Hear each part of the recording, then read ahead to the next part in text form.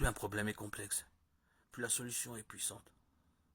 Comme on dit, au grand mot, au grand remède, ainsi plus une personne est éloignée du vrai, plus sommeille en elle d'extraordinaires possibilités.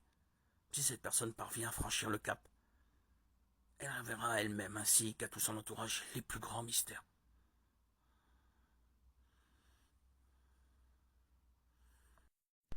J'ai lu l'histoire d'Abraham Lincoln, un sudiste extraordinaire.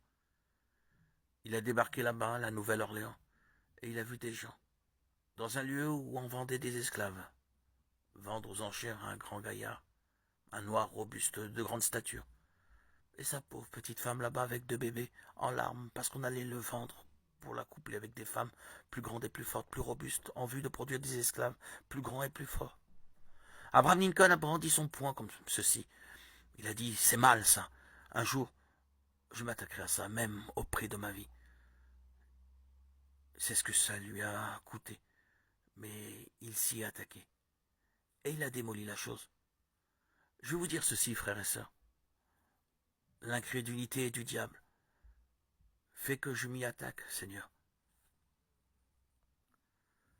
Peu importe, si ça me coûte la vie, fait que je démolisse cette chose, que je libère l'Église de cela, de ses frontières et tout, pour que nous puissions voir que nous sommes tous baptisés dans un seul esprit, pour former un seul corps, et nous sommes chrétiens, nous sommes frères. Et si un homme fait partie de l'Église de Dieu et que je fais partie des assemblées, qu'un autre est baptiste ou presbytérien, peu importe, nous sommes frères. Voilà ce que nous sommes.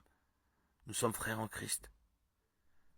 Démolissons cela, démolissons ces frontières. Nous pouvons tendre les bras à tous les frères.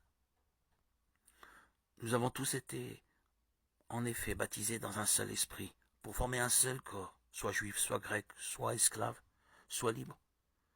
Et nous avons tous été abreuvés d'un seul esprit. 1 Corinthiens 12, 13.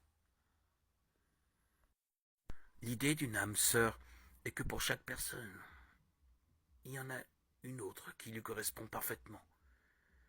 Et que si vous en épousez une autre, vous ne serez jamais heureux. Cette idée est-elle biblique? La réponse est non. Elle sert souvent de prétexte pour un divorce. Les personnes insatisfaites de leur mariage prétendent que, puisqu'elles n'ont pas épousé leur âme sœur, elles doivent divorcer et commencer à la chercher. Cette excuse n'a rien de biblique. Si vous êtes marié, votre conjoint est votre âme sœur. Marc 10, 7, 9 déclare: c'est pourquoi l'homme quittera son père et sa mère et s'attachera à sa femme, et les deux ne feront qu'un. Ainsi, ils ne sont plus deux, mais ne font qu'un. Que l'homme ne se sépare donc pas ce que Dieu a uni. Un couple marié s'attache l'un à l'autre, ne sont plus deux, mais ne font qu'un, et sont unis, c'est-à-dire âme sœur. Le mariage n'est pas toujours aussi uni et heureux qu'on ne le voudrait. Un mari et sa femme peuvent passer à côté de l'unité physique, émotionnelle et spirituelle à laquelle ils aspirent. Mais même dans ce cas, ils restent liés. Un couple qui serait dans cette situation aura besoin de développer l'intimité, de véritables âmes sœurs.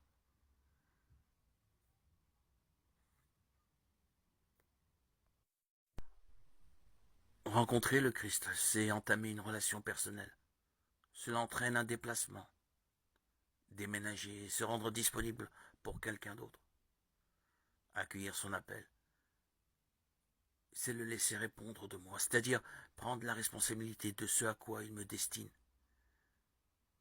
et ne plus porter seul mon existence.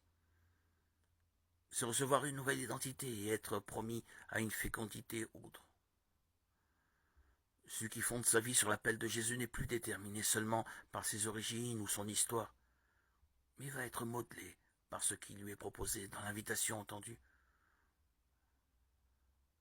Plutôt que de me préoccuper du où, ou quand, ou comment, avec qui, pour quelle fonction. Il s'agit de demander au Christ: dégage mon cœur de tout ce qui peut l'encombrer, permets-lui de reconnaître ton attente et ton don. Jean 1, 35, 42.